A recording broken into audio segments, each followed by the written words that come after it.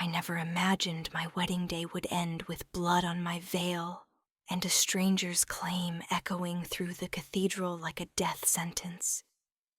The groom, my groom, or so I thought, stood there at the altar, his face pale as the lilies clutched in my trembling hands, and uttered the words that shattered everything. I can't do this. But it wasn't the refusal that haunts me. It was the shadow that moved from the back pews, the man whose voice cut through the gasps like a blade through silk. Then she's mine. Viktor Russo, the Mafia boss who'd been watching me for years, stepped forward without hesitation, his eyes locking onto mine with a possession that felt like chains wrapping around my soul. If I'd known then what I know now, that this was no act of chivalry, but the beginning of a nightmare I'd been running from my entire life, I might have bolted right there. But secrets have a way of binding you tighter than any vow. The morning had started with the kind of deceptive calm that precedes a storm.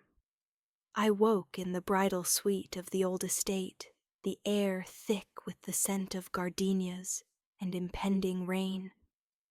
My reflection in the antique mirror showed a woman I barely recognized. Porcelain skin flushed with nerves, dark hair pinned in elegant waves, and a gown that whispered of innocence I no longer possessed. At 28, I wasn't the naive girl who'd fled her past. I was Elena Mara, or just Mara to those who thought they knew me. But no one did. Not really. The scars on my wrists, hidden under lace gloves, were reminders of a childhood spent in shadows, of a father who'd sold secrets to the wrong people and paid with his life. I'd changed my name, buried the memories, and built a fragile new existence.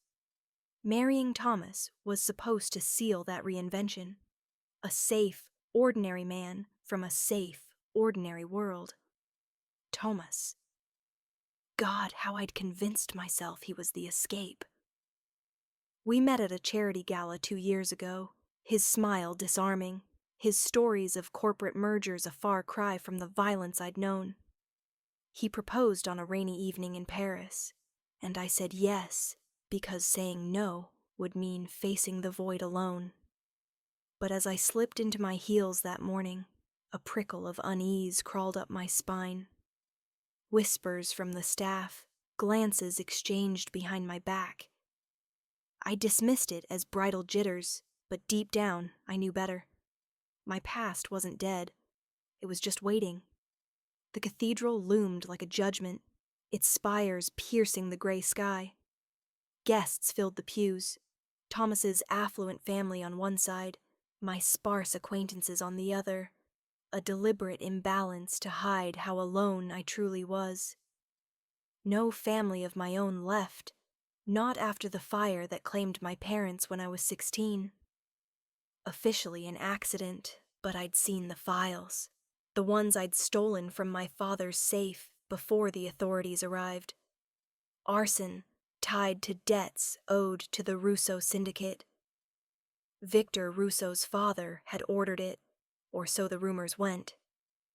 And now his son ruled the empire, a ghost from my nightmares I'd glimpsed only in tabloid shadows. As the organ swelled, I walked the aisle on unsteady legs, my bouquet a shield against the stairs.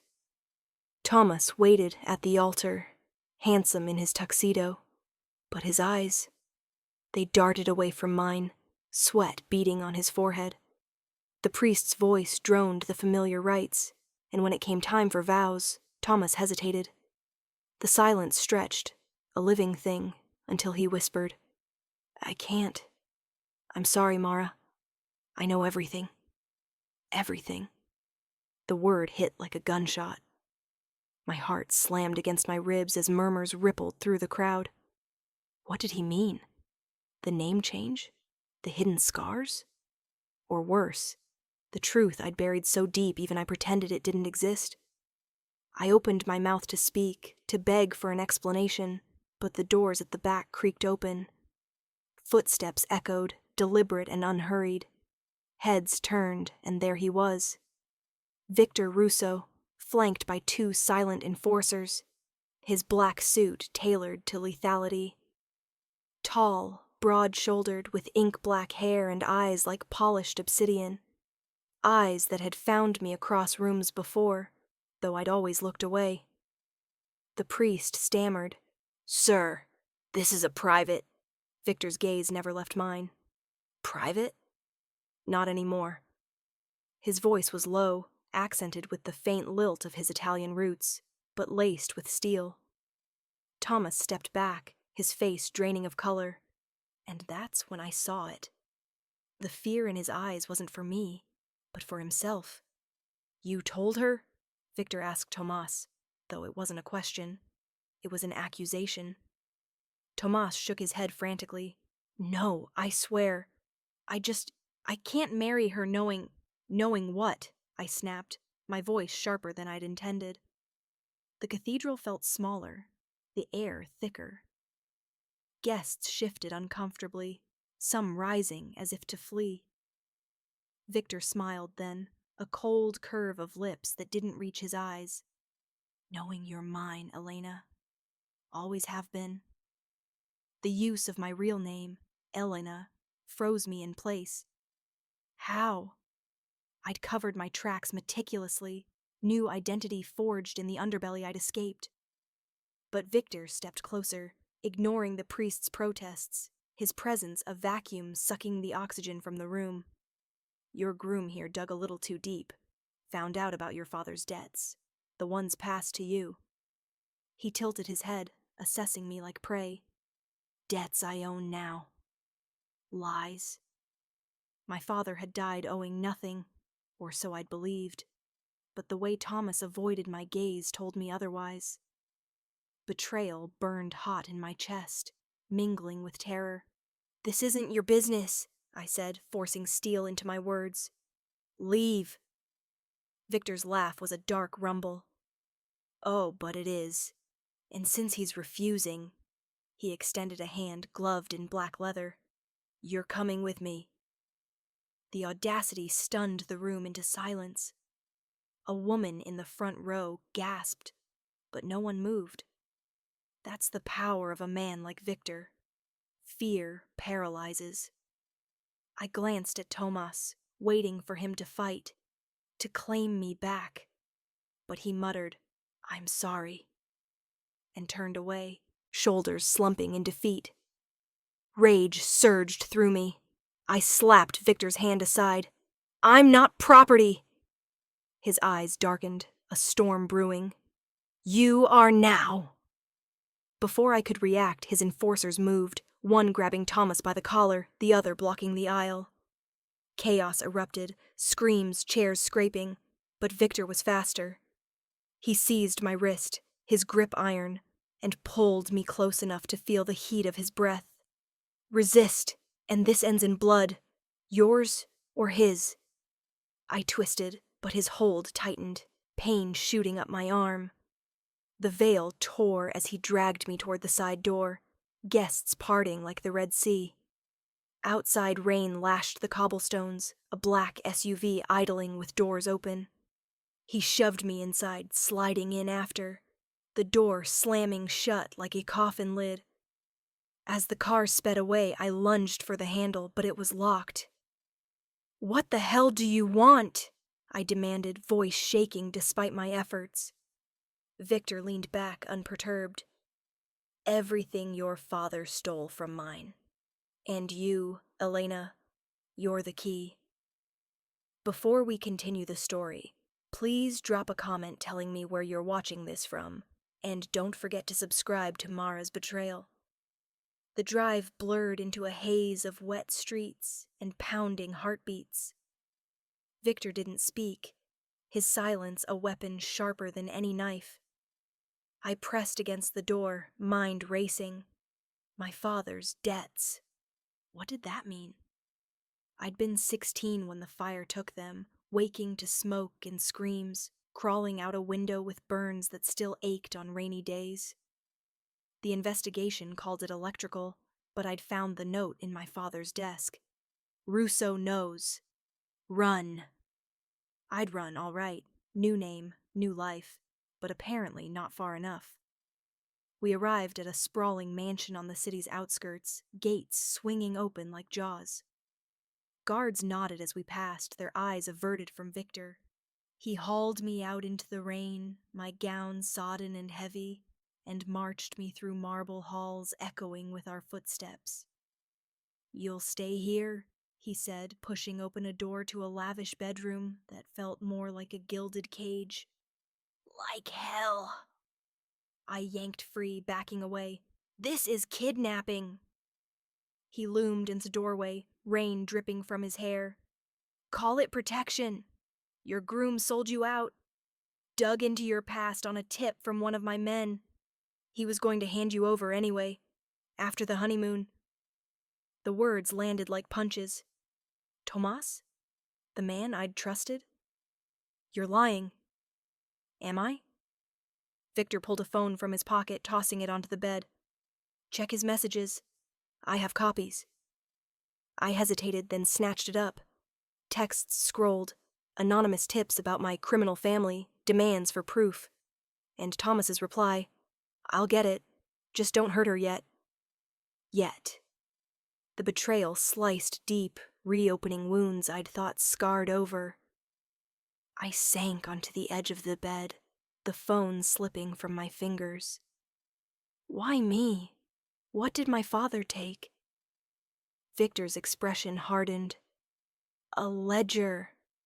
Codes to offshore accounts worth millions. He was our accountant until he betrayed us. He stepped closer, voice dropping. "You were there that night. You saw something." I shook my head, but memories flickered. My father arguing with a shadowed figure, papers clutched in his hand. "I don't remember." "You will." His hand brushed my cheek, cold as death. "Or I'll make you." The door locked behind him, leaving me in silence broken only by the storm. But as I peeled off the ruined gown, a darker truth clawed at me. I did remember. The ledger hidden in my childhood home's floorboards. The one I'd left behind thinking it forgotten. If Viktor found it? Hours blurred into night. I paced the room, testing windows barred with iron filigree. Escape seemed impossible, but giving in? Unthinkable. A knock came at midnight. A maid with food I ignored. Sleep evaded me, haunted by Viktor's eyes, the possession in them masking something deeper, hungrier. Dawn brought him back. He entered without knocking, a suit fresh as if the previous day hadn't happened. "Eat. You'll need strength." "For what?" I spat, arms crossed over the robe I'd found. "For the truth." He set a file on the table, photos of the fire, autopsy reports. "Your parents didn't die in an accident. My father ordered it, but the ledger vanished. You took it." Lie. I'd seen it burn, or had I? Doubt gnawed. If I had it, I'd have used it by now. "Perhaps." He circled me slowly. "Or perhaps you're smarter than that." Hiding, waiting. Tension coiled tight. His proximity sent shivers, not all from fear. There was a magnetism to his ruthlessness, a dark allure I hated myself for noticing. "What if I don't have it?" "Then you're useless." His breath ghosted my ear. "But I don't think that's true." A hook. His hand on my shoulder, squeezing just enough to bruise. "Tell me, Elena, did you watch them burn?" The memory surged, flames licking the walls, my mother's scream cut short. I shoved him away. "Get out." He chuckled, retreating. "We'll see how long you resist." Alone again, I rifled through drawers, finding nothing useful. But under the bed, a loose floorboard.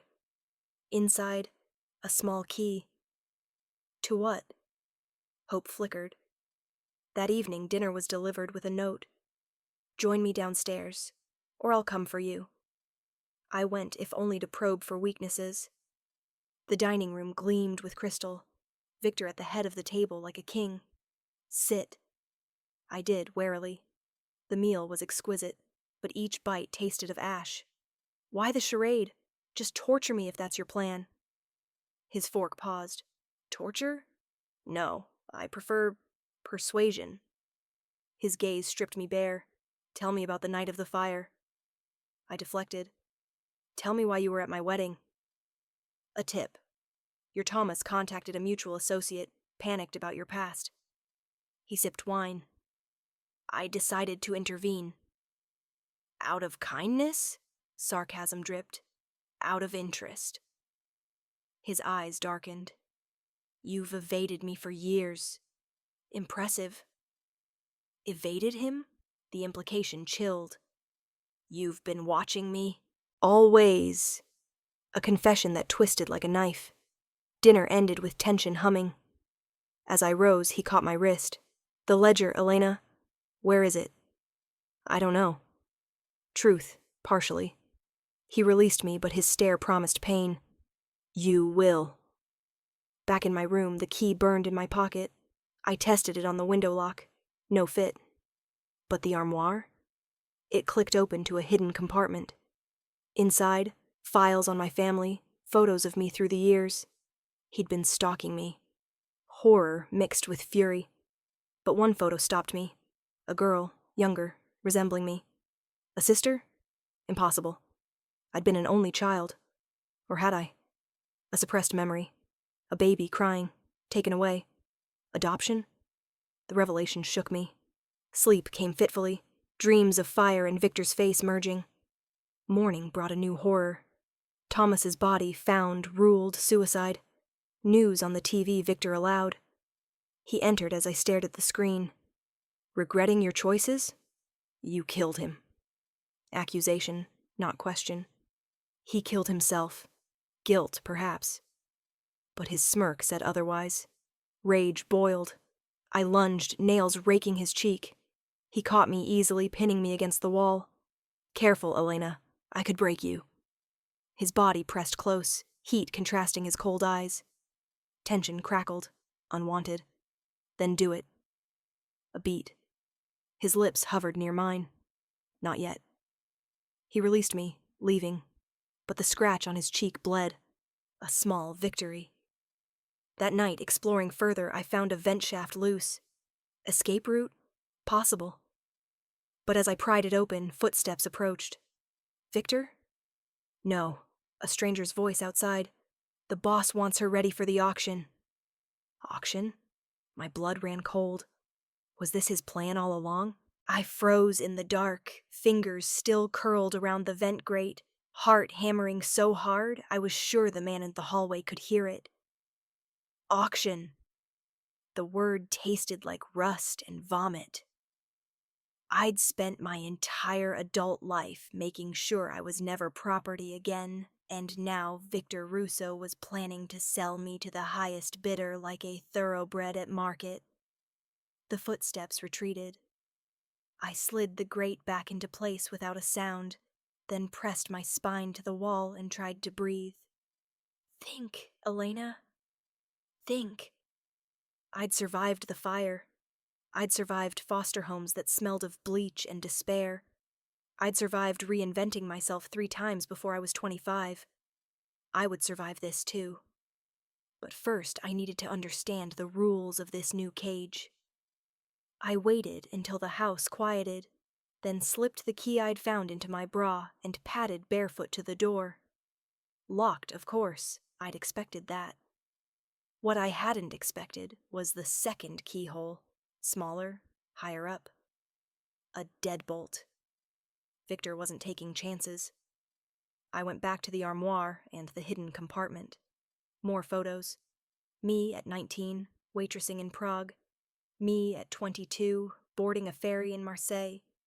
Me last year, laughing outside the gallery where I curated shows under the name Mara Voss. Every image had a date scrawled on the back in Viktor's handwriting, precise, slanted, impatient. Under the photos lay a single sheet of heavy cream paper. A birth certificate, Not mine. Name, Sophia Elena Moretti, born 14th March 1997. Mother, Katerina Moretti. Father, unknown. The paper trembled in my hands. Katerina Moretti had been my mother's maiden name. The birth date was exactly 9 months after a night my mother never spoke of. A night she cried about which she would only say, "Some mistakes you bury so deep, even God forgets." I had a sister, and Viktor had known before I did. Footsteps again, lighter this time, almost silent. I shoved everything back and closed the compartment just as the lock turned. A woman entered carrying a garment bag. Mid-30s, sharp cheekbones, eyes like winter glass. She didn't speak, just laid the bag across the bed and unzipped it. Inside, a dress the color of fresh blood. "Wear it," she said in accented English. "Dinner is in 20 minutes, downstairs. Do not make yourself beautiful. The guests are particular." "Who are you?" "Someone who used to be where you are." She touched the faint scar along her jaw. "Don't fight him tonight. It only makes the bruises last longer." She left. The door locked again. I stared at the dress. Silk so fine it felt like water, cut low in the back, slit high on the thigh. A dress designed to display, not to cover.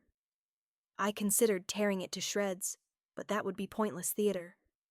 Instead, I showered, pinned my hair in a way that hid the worst of the tangles, and painted my mouth blood red with the lipstick she'd left. If they wanted a doll, I would give them one they couldn't look away from. When the door opened again, 2 guards waited. No Viktor. They marched me down a staircase I hadn't seen before, into a part of the house that smelled of cigar smoke and old money.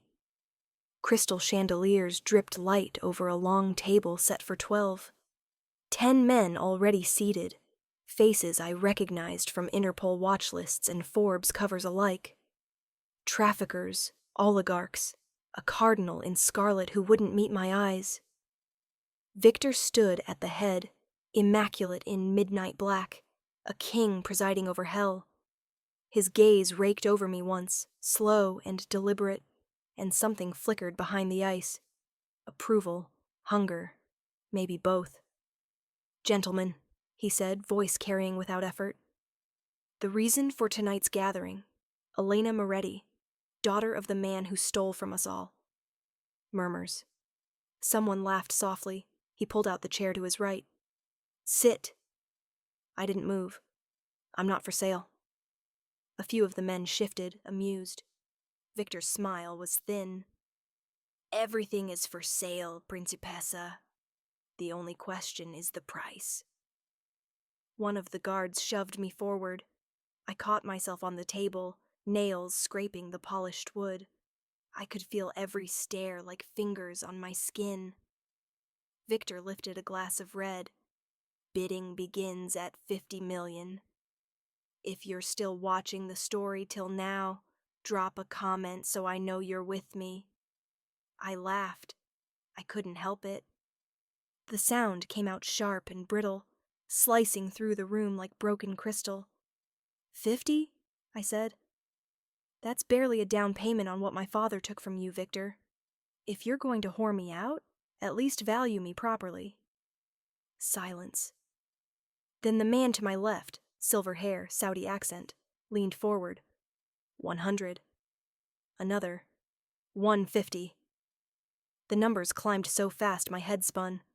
I kept my chin high, but inside I was cataloging exits, weapons, weaknesses. The cardinal's shaking hand on his wineglass. The way the guard by the door favored his left knee. The letter opener glinting beside Viktor's plate. When the bid reached 400 million, Viktor raised a hand. "Enough." His voice cut clean. "She's not for sale." Confusion rippled. Someone protested. Viktor ignored them, eyes locked on me. "I changed my mind," he said softly. "Some things are worth more than money." He stood, walked around the table, and took my wrist. not rough but unbreakable. "Excuse us." He pulled me through a side door into a study paneled in dark wood. The moment the door closed, he slammed me against it, forearm across my throat, body pinning mine. "You think you're clever," he hissed, inciting them, "making yourself too expensive." I smiled, tasting copper where I'd bitten my tongue. Worked, didn't it? His pupils were blown wide, black swallowing the gray. "You have no idea what you almost unleashed."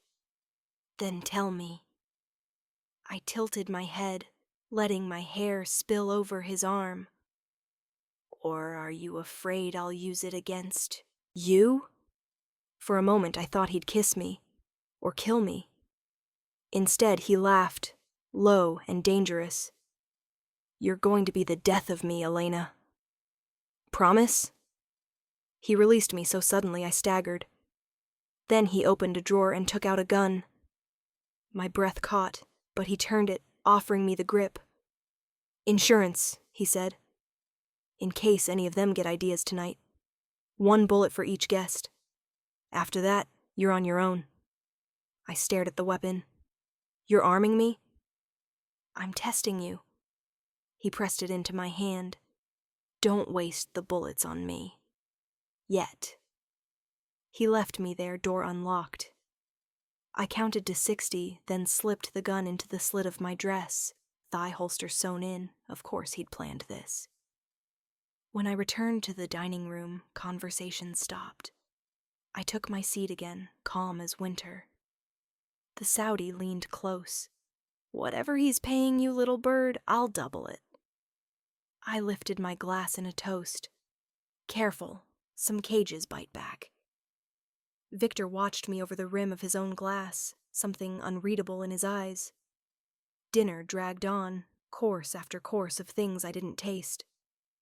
The cardinal excused himself early, face gray. One by one, the others drifted away, casting lingering looks. When the last guest left, Viktor dismissed the guards with a flick of his fingers. We were alone. He poured 2 fingers of vodka, drank half, then offered me the glass. I finished it. "Tell me about Sophia," I said. He went still. "So you found the certificate. Where is she?" "Safe."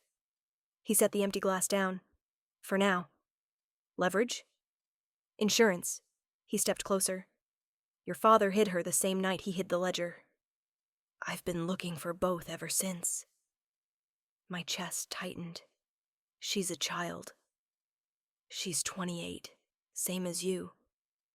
His voice was almost gentle. "Twins, Elena. Separated at birth to protect you both from my father's enemies. Your mother thought one daughter sacrificed might save the other." I wanted to scream that it couldn't be true, but the math fit. The memories of crying in the night, phantom arms reaching for someone who wasn't there. "You're lying." "Am I?" He pulled out his phone, showed me a photo. A woman who could have been my reflection, standing on a windswept cliff, hair whipping around her face. I reached for the screen, but he pulled it back. "Help me recover what your father stole," he said, "and I'll give her to you. Refuse." He shrugged. "There are worse things than being sold." I laughed again, bitter. "You'll kill her." "No," he said quietly. "I'm not my father." The words hung between us, heavy as smoke. I studied him, really looked. The faint scar through his left eyebrow, the tension in his shoulders, the way he hadn't touched me since the study, like he didn't trust himself. "What happens if I say yes?" I asked. "You stay. You work with me. You get your sister back when the ledger is in my hands. And if I say no?" His smile didn't reach his eyes. "You already know the answer." I did. I'd seen it in the dining room. Men like those men didn't leave empty-handed. I extended my hand. "Then we have a deal, but I want proof she's alive. Video call. Tonight." He considered, then nodded once. Done.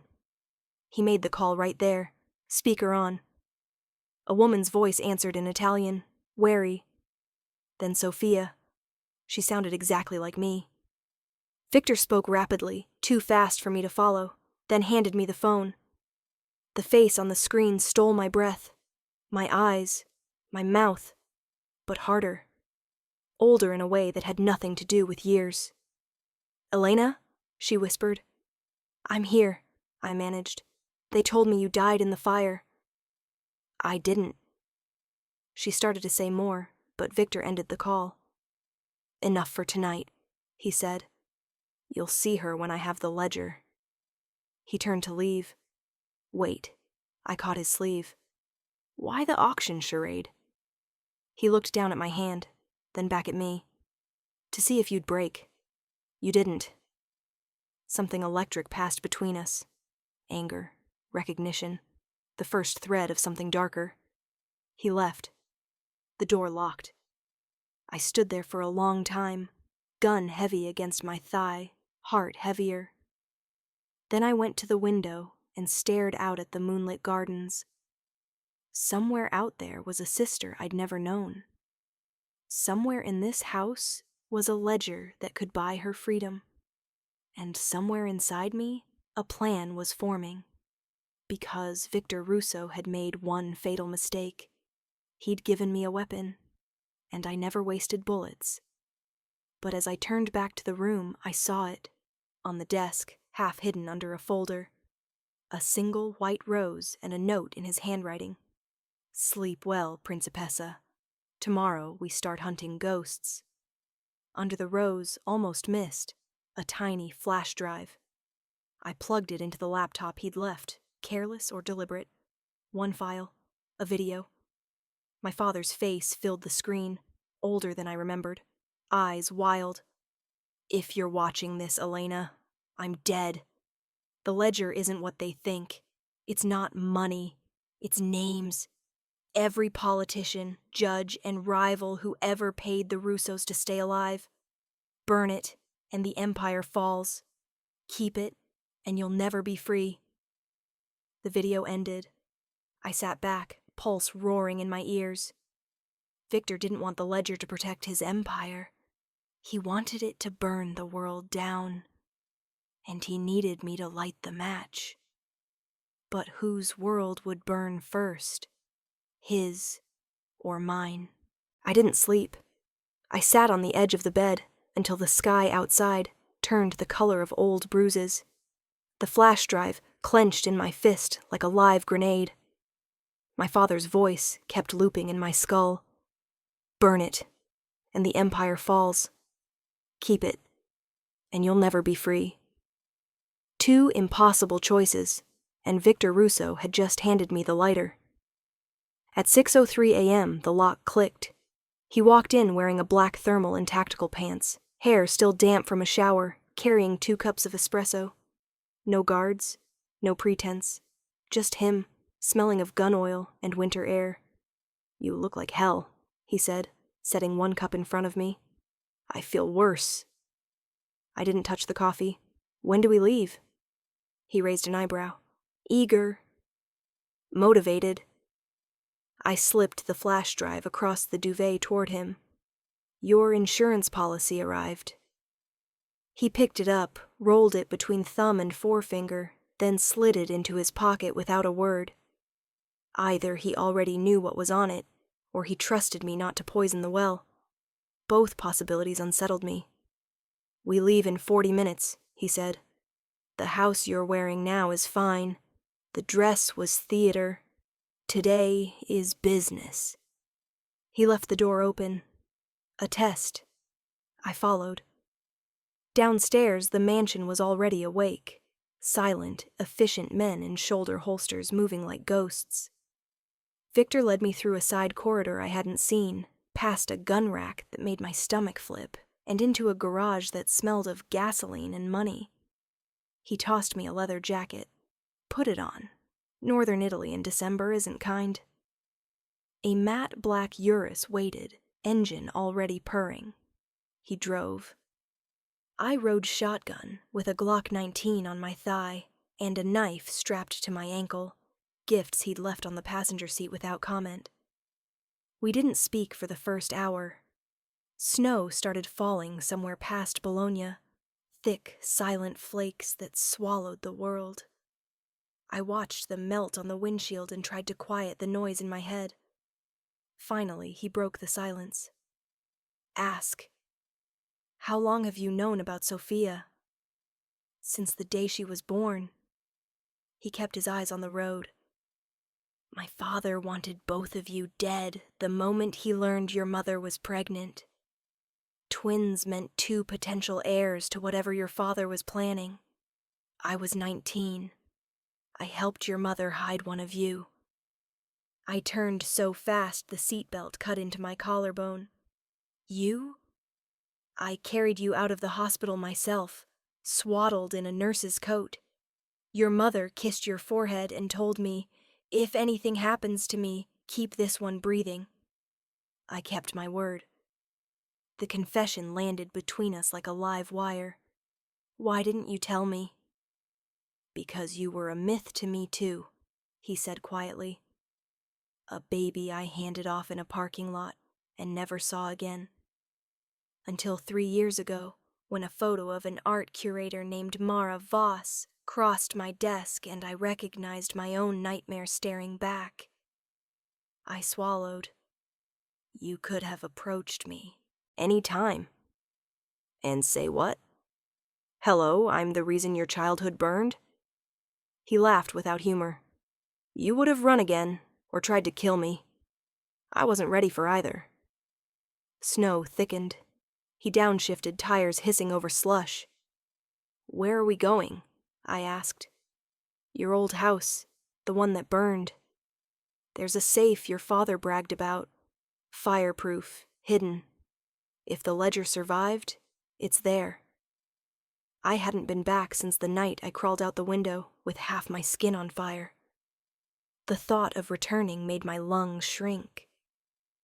And if someone else found it already, then we're hunting ghosts for nothing, and your sister stays leverage. He glanced sideways, but I don't think your father was that careless. We reached the foothills as dusk bled purple across the sky. The village looked smaller than memory, half the houses abandoned, roofs caved under decades of neglect.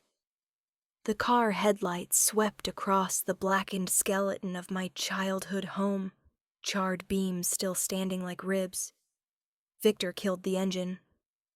We have maybe 90 minutes before dark. After that, the temperature drops hard. I stepped out. The cold hit like a slap. Snow had drifted waist-high against the foundation. We waded through it, boots crunching, breath fogging. Inside, the house was a hollowed cathedral of ash. Moonlight speared through the missing roof, illuminating graffiti and broken bottles. Teenagers had been using it as a party spot. Viktor handed me a headlamp. You know the layout better than I do. I did. Every creaking floorboard, every hiding place. I led him past the staircase that no longer existed, into what used to be my father's study. The massive stone fireplace still stood. Behind it, a false panel. I knelt, fingers numb even through gloves, and pried at the stones. They hadn't been touched since the fire. Soot still coated the seams. Viktor wedged a crowbar in and levered. The panel swung open with a groan. Inside, a steel safe the size of a microwave. Door scorched but intact. Combination lock, 6 digits. I stared at it until my eyes burned. My mother's birthday? No. Our birthday? Tried it. Nothing. Viktor watched, silent. I closed my eyes. My father's voice, drunk and laughing the week before he died. Only thing I'll never forget is the day I lost everything and gained you too. The day he lost everything. The day he started cooking books for the Russos. I spun the dial, 031987. The safe clicked open. Inside, a leather-bound ledger, edges singed but pages intact. And beneath it a second item, a cassette tape labeled Insurance. Viktor exhaled like a man who'd been holding his breath for 28 years. I reached for the ledger. He caught my wrist. "Careful," he murmured. "Some truths kill the messenger." I pulled free and opened it anyway. Page after page of names, dates, amounts, politicians, judges, 3 U.S. senators, a British prince. Payments for murders, elections, silence. My father's neat handwriting cataloging the rot at the heart of half the Western world. And on the last page, a single line in red ink. "If I die, give this to Elena. She'll know what to do with it. Forgive me, Bambina." I felt Viktor's gaze on me, heavy as snowfall. "So," I said, voice steady as I could, "do we burn it or sell it?" He didn't answer immediately. Instead, he took the cassette, turned it over in his gloved fingers. "Your father recorded conversations," he said. "My father's voice is on here. Orders, confessions. Enough to put every capo still alive in a supermax for life." He met my eyes, including me. The wind howled through the rafters. I laughed, a cracked sound. "So, this is the real test. You brought me here to see if I'd hand you the noose." "No," he said softly. "I brought you here to see if you'd put it around my neck yourself." Snow sifted through the broken roof, dusting his black hair white. He looked almost human in that moment, tired, dangerous, waiting. I weighed the ledger in my hands. One match and the Russo Empire collapsed. My sister went free. I went free. But the names inside weren't only Mafia. They were presidents and popes and CEOs. Burning it wouldn't just kill Viktor. It would torch the world order. And someone worse would rise from the ashes. I looked at the cassette. "Play it," I said. He hesitated, then pulled a small player from his coat and slid the tape in. Static. Then my father's voice, younger, terrified. "You promised my daughters would be safe." Old man Russo, gravel and smoke. "They will be. Long as you keep cooking. But cross me again and I'll roast them like chestnuts." Another voice, 19-year-old Viktor. "Papa, enough. He'll do it." A pause. Then the old man. "Boy, you're soft. One day that softness will kill you." Click. Tape ended. Viktor stared at the player like it had bitten him. I closed the ledger. "Your father was a monster." "Yes." "You're not him." He looked up sharply. I tucked the ledger under my arm. "We're not burning this. Not yet. But we're not giving it to your capos either." "Then what? We're going to bleed them," I said. "One by one. Every name in here pays, or they burn. And you," I stepped close enough to feel his heat, "you're going to help me. Because if you don't, I walk out of here and mail copies to every news outlet on Earth. Starting with the recording of your father ordering my family's death." His eyes searched mine, storm gray and unreadable. "You'd trust me?" he asked finally. "No," I said, "but I trust your self-interest. You want a cleaner empire? Earn it." For the first time since the cathedral, he smiled, small, sharp, almost proud. "Partners, then." "With a gun to both our heads," I corrected. He laughed, low and genuine, and the sound did something unforgivable to my pulse. We left the house as full dark swallowed the mountains. Halfway to the car, headlights sliced across the snow. 3 SUVs blocking the road, men spilling out with rifles. Viktor shoved me behind him, drew his sidearm in one fluid motion. "Ambush," he said calmly. "My uncle's men. They must have followed us." Gunfire cracked. Snow exploded around our feet. He fired twice, dropped too. I pulled the Glock he'd given me, aimed center mass, squeezed. Third man went down, clutching his throat. We ran for the Urus. Bullets pinged off the armored body as we dove inside. Viktor floored it, tires spinning, then catching. We fishtailed down the mountain road while I reloaded from the glove box. In the rear view, the SUVs gave chase, headlights bouncing like angry eyes. "Hold on," he said, and took a turn so sharp the world tilted. I braced, ledger clutched to my chest, heart in my throat. We lost them somewhere around a hairpin above 1,000-foot drop, Viktor driving like he was born to it. When the road finally straightened, he didn't slow.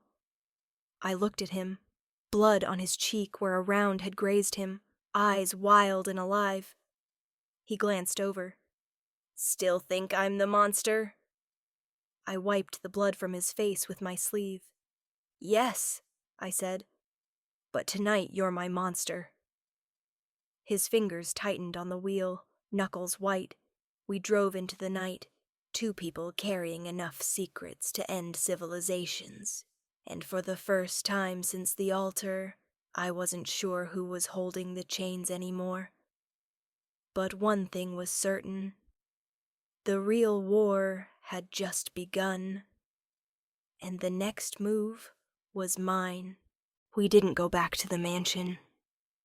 Viktor took a service road that wasn't on any map, tires chewing through ice until the world narrowed to a tunnel of pines and falling snow. After 40 minutes, he killed the headlights and let the car roll to a stop beneath an overhang of rock. Silence rushed in, thick and absolute. He turned to me. "Phone." I handed it over without argument. He removed the battery, crushed the SIM under his heel, then did the same with his own. "They'll have triangulated the last tower by now," he said. "We have maybe 4 hours before my uncle's dogs pick up the scent." "Your uncle?" "Enzo Russo, my father's brother. He was supposed to inherit everything when Papa died, but I took it first. He's been waiting for a crack in the wall ever since." Viktor wiped the blood from his cheek with the back of his hand. Tonight he saw one. I looked down at the ledger in my lap. He wants this. He wants me dead and the ledger in his pocket. Same difference. He popped the trunk. Inside, 2 go bags, a suppressed rifle, and a metal case. He tossed me one of the bags, black canvas, heavier than it looked. "Change, we're on foot from here." I didn't ask where. I just stripped out of the blood-spattered jacket and into the tactical gear he'd packed for me, my exact size, of course. When I zipped the new jacket, something crinkled in the inside pocket. A passport. Italian. My face, but the name read Sofia Elena Moretti. I looked up. He was watching me in the rearview mirror. "Contingency," he said, "in case we ever needed to disappear together." The word "together" lodged under my ribs like shrapnel. We abandoned the Urus and started walking. The snow was knee-deep, the wind a blade against any exposed skin. Viktor moved like he'd been born in mountains, steady and relentless. I kept pace because stopping wasn't an option. After 2 hours, we reached a hunting cabin buried in a ravine. No lights, no smoke, just a darker shape against the dark. Inside smelled of pine resin and gun oil. A single battery lantern revealed bare essentials. A wood stove, 2 cots, a crate of MREs, and a satellite phone in a Faraday bag. He locked the door, barred it with a steel beam, then finally let himself exhale. I dropped the go bag and rounded on him. "Start talking. All of it takes is one call from that sat phone, and I can have this ledger on every front page from here to Tokyo. Why shouldn't I?" He didn't flinch. Because the moment you do, Enzo puts a bullet in Sophia's head. He's had men on her for years, Same as I had on you. Difference is, his orders are shoot on command. My stomach turned to ice.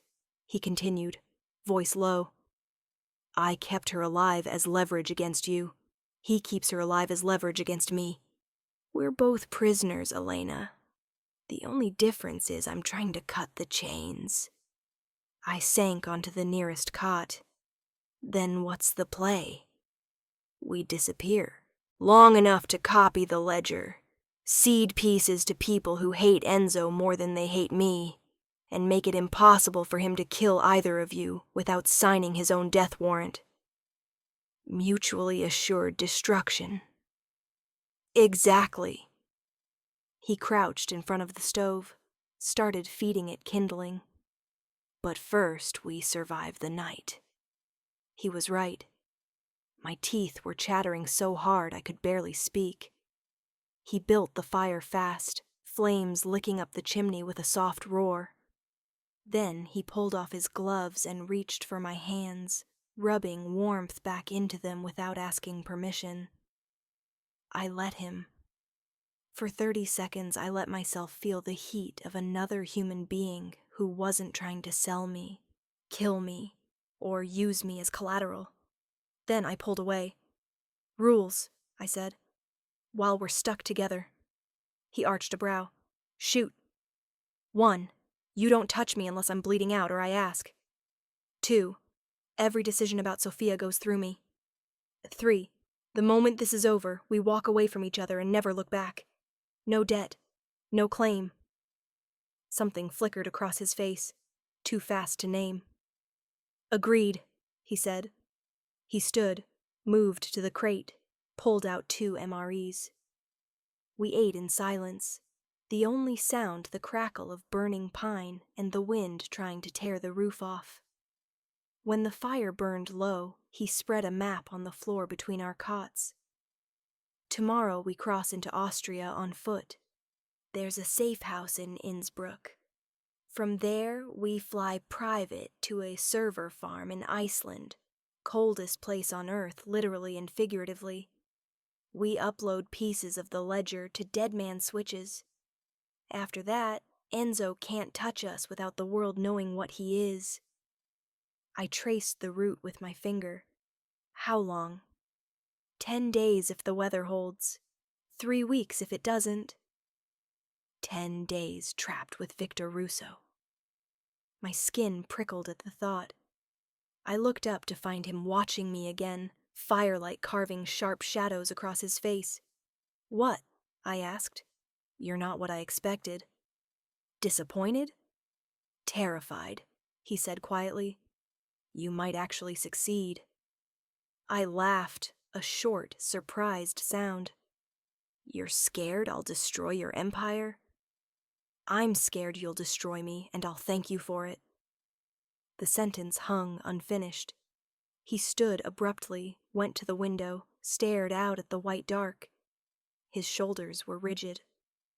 I should have let it go. Instead I asked, what did you expect me to be? A victim, he said to the glass. Someone I could control. Someone who would beg, who would break. Instead, you look at me like I'm the one in the cage. I didn't answer, because he wasn't wrong. We took shifts sleeping.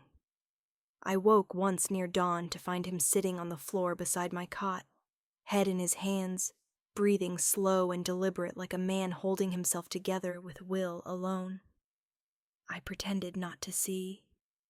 Morning was gray and merciless. We left before the sun cleared the ridge, packs heavy, snowshoes. Strapped on. The route was brutal. Up one ridge, down another, wind screaming across exposed rock. By noon, my legs were jelly and my lungs burned, but Viktor never slowed, never complained, just glanced back every few minutes to make sure I was still there. Late afternoon, the storm hit. Whiteout, visibility 10 meters. We roped ourselves together like climbers, his gloved hand brushing mine every time the wind tried to separate us.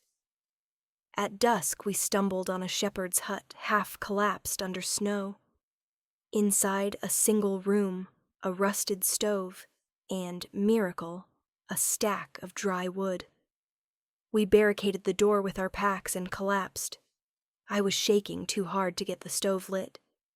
Viktor took the flint from my numb fingers, struck sparks until flame caught, then pulled me down in front of it. "Body heat," he said, voice rough. "Don't argue." He wrapped himself around me from behind, arms locked across my chest, chin on my shoulder. I was too cold to protest. We stayed like that until the shivering stopped. His heartbeat thudded against my spine, steady and alive. I don't know who moved first. Maybe both of us. 1 second we were conserving warmth, the next his mouth was on my neck. Not gentle, not asking permission. I twisted in his arms and kissed him back like I was trying to punish him for every terrifying thing he made me feel. It was teeth and desperation and snow melting in our hair. He tasted like gunpowder and pine smoke. I bit his lip hard enough to draw blood, and he groaned my name like a prayer. We didn't make it to the cots. Clothes peeled away in frantic layers, skin on skin, the only warmth in the world. He lifted me onto the rough wooden table, hands rough and reverent at once, and I wrapped my legs around his waist and pulled him in like I could erase every year we'd spent as enemies. After, we lay tangled on the floor in a nest of coats, firelight painting gold across his scars. He traced the burn marks on my ribs with something close to wonder. "I used to dream about this," he whispered against my shoulder, "then wake up hating myself for it." I didn't answer with words. I just pressed my mouth to the scar through his eyebrow, the one I'd given him the night I clawed his face, and tasted salt and copper and forgiveness I wasn't ready to give. We slept eventually, limbs locked, the storm howling outside like it wanted in. I woke to the sound of rotors. Helicopter. Close. Viktor was already moving, yanking on clothes, gun in hand. I followed suit. We killed the fire, shouldered packs, and slipped out the back just as searchlights swept the ridge. 3 black helicopters, Enzo's colors on the tail. We ran. Down the ravine, across a frozen stream that cracked under our weight, into dense forest where the choppers couldn't follow. Bullets chewed bark inches from my head. Viktor returned fire in controlled bursts, never wasting a round. We lost them in the dark, but not before a bullet found his left thigh. He didn't make a sound, just tied a tourniquet with his belt and kept moving. By the time we reached the tree line, the snow had stopped and the moon was out, cold and merciless. Blood soaked his pant leg black. "We need to cauterize it," I said. "Later. Borders 2 kilometers." He was swaying. I took the rifle from him, slung his arm over my shoulder, and half carried him the rest of the way. We crossed into Austria just before dawn, 2 ghosts leaving bloody prints in the snow. A farmer with a face like old leather was waiting with a battered Land Rover, engine running. He took one look at Viktor and muttered something in dialect that sounded like a prayer. We drove through mountain passes no GPS knew existed until we reached a chalet perched on a cliff. Inside, medical kit, hot water, and a woman with steady hands who stitched Viktor up while I held the lantern and tried not to throw up. When she finished, she left us alone. He was pale, fever already creeping in, but his eyes were clear. "You should have left me," he said. "Shut up." I cleaned the blood from his skin with a damp cloth, hands shaking. When I reached the newest scar, angry red along his thigh, he caught my wrist. "Elena." I met his gaze. "I'm sorry," he said. For the church. For every year I watched you and didn't speak. For the fear. The apology cracked something open inside me I hadn't known was frozen. I leaned down and kissed him. Soft this time, almost careful. We're not forgiven yet, I whispered against his mouth. But we're getting closer. He slept after that, drugged and exhausted. I sat beside the bed with the ledger in my lap and the sat phone in my hand, thumb hovering over the power button. One call and I could end this tonight. Instead, I opened the ledger to a blank page at the back and wrote a single line in my own blood, pricked from the same finger he'd kissed hours ago. New rule. Nobody owns us anymore. Then I burned the page in the fireplace and watched the ashes rise. Outside, the first pale light of morning touched the snow, and for the first time since the altar, I felt something dangerously close to hope. But hope is a treacherous thing in our world. Because 3 days later, when we finally reached Iceland and I plugged the ledger into the server, the upload bar froze at 97%. A message blinked on screen. Access denied. Nice try, niece. Enzo had beaten us to the server, and Sophia's face appeared in a new window, bound, gagged, eyes wide with terror. Live feed. A timer started counting down from 24 UCUs. The message underneath was simple. Bring me the original ledger. Alone. Or she dies screaming. Viktor woke to me standing over him with murder in my eyes, and the sat phone already dialing a number I'd sworn I'd never use. Change of plans, I said when the line connected. I need a favor, and I'm cashing in every marker you owe me. On the other end, a voice I hadn't heard in 12 years, cold, amused, and very much alive, answered, Hello, little sister. Took you long enough. We didn't go back to the mansion. Viktor took a hidden service road through the mountains until the snow swallowed the world, and the only sound was the engine and our breathing. After 40 minutes, he killed the lights and let the Urus roll under an overhang of rock. Phones, he said. I handed mine over. He crushed both SIMs under his heel, then tossed the dead devices into a snowbank.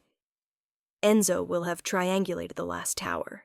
We have 4 hours, maybe less. He popped the trunk. 2 go bags, a suppressed rifle, a metal case. He threw me a jacket and a passport. Italian, my face, name Sofia Elena Moretti. In case we ever needed to disappear together, he said, answering the question I hadn't asked. The word together lodged in my throat like a bullet. We left the car and walked into the white dark. Snowshoes, packs, silence. The cold was a living thing trying to crawl inside our bones. Viktor moved like he'd been born for this. I followed because stopping meant dying. 2 hours later, we reached a hunting cabin buried in a ravine. Inside, a stove, 2 cots, a satellite phone in a Faraday cage. He barred the door, built a fire, then finally let his shoulders drop. I didn't sleep. I sat on the edge of the bed until the sky outside turned the color of old bruises. The flash drive clenched in my fist like a live grenade. My father's voice kept looping in my skull. Burn it, and the empire falls. Keep it, and you'll never be free. 2 impossible choices, and Viktor Russo had just handed me the lighter. At 6:03 a.m., the lock clicked. He walked in wearing a black thermal and tactical pants, hair still damp from a shower, carrying 2 cups of espresso. No guards, no pretense, just him, smelling of gun oil and winter air. You look like hell, he said, setting 1 cup in front of me. I feel worse. I didn't touch the coffee. When do we leave? He raised an eyebrow. Eager. Motivated. I slipped the flash drive across the duvet toward him. Your insurance policy arrived. He picked it up, rolled it between thumb and forefinger, then slid it into his pocket without a word. Either he already knew what was on it, or he trusted me not to poison the well. Both possibilities unsettled me. We leave in 40 minutes, he said. The house you're wearing now is fine. The dress was theater. Today is business. He left the door open. A test. I followed. Downstairs, the mansion was already awake, silent, efficient men in shoulder holsters moving like ghosts. Viktor led me through a side corridor I hadn't seen, past a gun rack that made my stomach flip, and into a garage that smelled of gasoline and money. He tossed me a leather jacket. Put it on. Northern Italy in December isn't kind. A matte black Urus waited, engine already purring. He drove. I rode shotgun with a Glock 19 on my thigh and a knife strapped to my ankle, gifts he'd left on the passenger seat without comment. We didn't speak for the first hour. Snow started falling somewhere past Bologna, thick, silent flakes that swallowed the world. I watched them melt on the windshield and tried to quiet the noise in my head. Finally, he broke the silence. Ask. How long have you known about Sophia? Since the day she was born. He kept his eyes on the road. My father wanted both of you dead the moment he learned your mother was pregnant. Twins meant 2 potential heirs to whatever your father was planning. I was 19. I helped your mother hide one of you.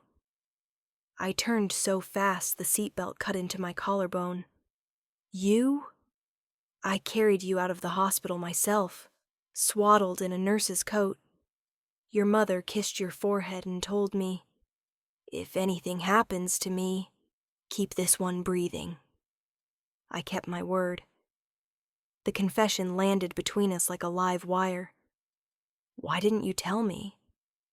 Because you were a myth to me too, he said quietly. A baby I handed off in a parking lot and never saw again. Until 3 years ago, when a photo of an art curator named Mara Voss crossed my desk and I recognized my own nightmare staring back. I swallowed. You could have approached me any time. And say what? Hello, I'm the reason your childhood burned. He laughed without humor. You would have run again, or tried to kill me. I wasn't ready for either. Snow thickened. He downshifted, tires hissing over slush. Where are we going? I asked. Your old house, the one that burned. There's a safe your father bragged about. Fireproof, hidden. If the ledger survived, it's there. I hadn't been back since the night I crawled out the window with half my skin on fire.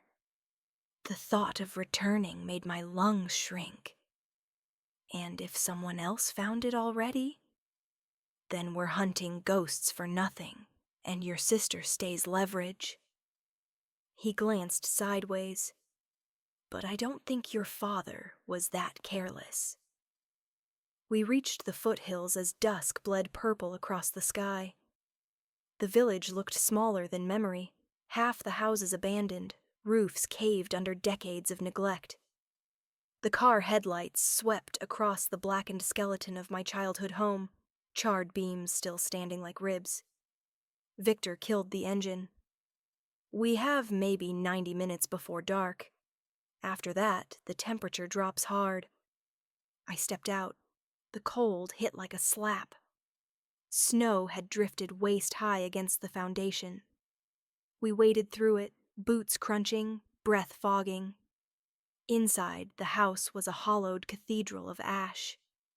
Moonlight speared through the missing roof, illuminating graffiti and broken bottles. Viktor handed me a headlamp. You know the layout better than I do. I did. Every creaking floorboard, every hiding place. I led him past the staircase that no longer existed into what used to be my father's study. The massive stone fireplace still stood. Behind it, a false panel. I knelt, fingers numb even through gloves, and pried at the stones. They hadn't been touched since the fire. Viktor wedged a crowbar in and levered. The panel swung open with a groan. Inside, a steel safe the size of a microwave, door scorched but intact. Combination lock, 6 digits. I stared at it until my eyes burned. My mother's birthday? No. Our birthday? Nothing. Viktor watched, silent. I closed my eyes. My father's voice, drunk and laughing the week before he died. Only thing I'll never forget is the day I lost everything and gained you two. I spun the dial, 031987. Click. Inside, a leather-bound ledger, edges singed but pages intact, and beneath it a cassette tape labeled Insurance. Viktor exhaled like a man who'd been holding his breath for 28 years. I reached for the ledger. He caught my wrist. "Careful," he murmured. "Some truths kill the messenger." I pulled free and opened it anyway. Names, dates, amounts, politicians, judges, a British prince. My father's neat handwriting cataloging the rot at the heart of half the Western world. And on the last page, in red ink, "If I die, give this to Elena. She'll know what to do with it. Forgive me, Bambina." Viktor's gaze was heavy as snowfall. "So," I said, "do we burn it or sell it?" He didn't answer immediately. Instead, he took the cassette, turned it over in his gloved fingers. "Your father recorded conversations," he said. "My father's voice is on here. Orders, confessions. Enough to put every capo still alive in a supermax for life." He met my eyes, including me. The wind howled through the rafters. I laughed, a cracked sound. "So this is the real test?" "No," he said softly. "I brought you here to see if you'd put the noose around my neck yourself." Snow sifted through the broken roof, dusting his black hair white. He looked almost human, tired, dangerous, waiting. I weighed the ledger. One match and the Russo Empire collapsed. My sister went free. I went free. But the names weren't only Mafia. Burning it would torch the world order. Someone worse would rise. I looked at the cassette. "Play it." He slid it into a small player. Static. Then my father's terrified voice. "You promised my daughters would be safe, Old Man Russo. They will be, long as you keep cooking. But cross me again and I'll roast them like chestnuts. 19-year-old Viktor. Papa, enough. He'll do it." Old Russo. "Boy, you're soft. One day that softness will kill you." Tape ended. Viktor stared at the player like it had bitten him. I closed the ledger. "We're not burning this. Not yet. But we're not giving it to your capos either." "Then what?" "We're going to bleed them. One by one. Every name pays, or they burn. And you're going to help me. Because if you don't, I mail copies to every news outlet on Earth. Starting with the recording of your father ordering my family's death." His eyes searched mine. "You'd trust me?" "No," I said, "but I trust your self-interest. You want a cleaner empire? Earn it." He smiled, small, sharp, almost proud. "Partners, then. With a gun to both our heads." He laughed, low and genuine, and the sound did unforgivable things to my pulse. We left the house as full dark swallowed the mountains. Halfway to the car, headlights sliced the snow. 3 SUVs blocking the road, men with rifles. Viktor shoved me behind him. "Enzo's men." Gunfire cracked. Snow exploded. He fired twice, dropped 2. I pulled the Glock, put 3 rounds into the third. We ran for the Urus. Bullets pinged off armor. Viktor floored it, tires spinning, then catching. We fishtailed down the mountain while I reloaded. We lost them around a hairpin above a 1,000-foot drop. But not before a bullet found Viktor's left thigh. He didn't make a sound, just tied a tourniquet and kept driving. Later, in a shepherd's hut during a whiteout, fever burning through him, he wrapped around me for warmth. 1 second we were conserving heat, the next his mouth was on my neck, desperate and punishing. I kissed him back like I could erase every year we'd been enemies. After, tangled on the floor among coats, he traced my burn scars and whispered, "I used to dream about this, then wake up hating myself." I pressed my mouth to the scar I'd given him and tasted salt and copper and something like forgiveness. We slept locked together while the storm screamed. I woke to rotors, 3 black helicopters, Enzo's colors. We ran. Down the ravine, across a frozen stream, into forest. A bullet took Viktor high in the shoulder. I half carried him across the Austrian border as dawn bled across the snow. A farmer with a Land Rover was waiting. We reached a chalet on a cliff. A woman stitched Viktor while I held the lantern and tried not to vomit. When she left, he caught my wrist, fever bright eyes fixed on me. "I'm sorry. For the church. For every year I watched and didn't speak." I kissed him, soft, careful. "We're not forgiven yet," I whispered, "but we're getting closer." 3 days later in Iceland, I plugged the ledger into the server. Upload froze at 97%. A new window opened. Sophia, bound and gagged, live feed. Timer, 24 sets. Message, bring the original ledger. Alone, or she dies screaming. I stared at the screen until my eyes burned. Then I picked up the sat phone and dialed a number I'd sworn never to use. A voice I hadn't heard in 12 years answered, cold and amused. "Hello, little sister. Took you long enough?" If you liked the story, drop a comment for part 2, and don't forget to subscribe to Mara's Betrayal.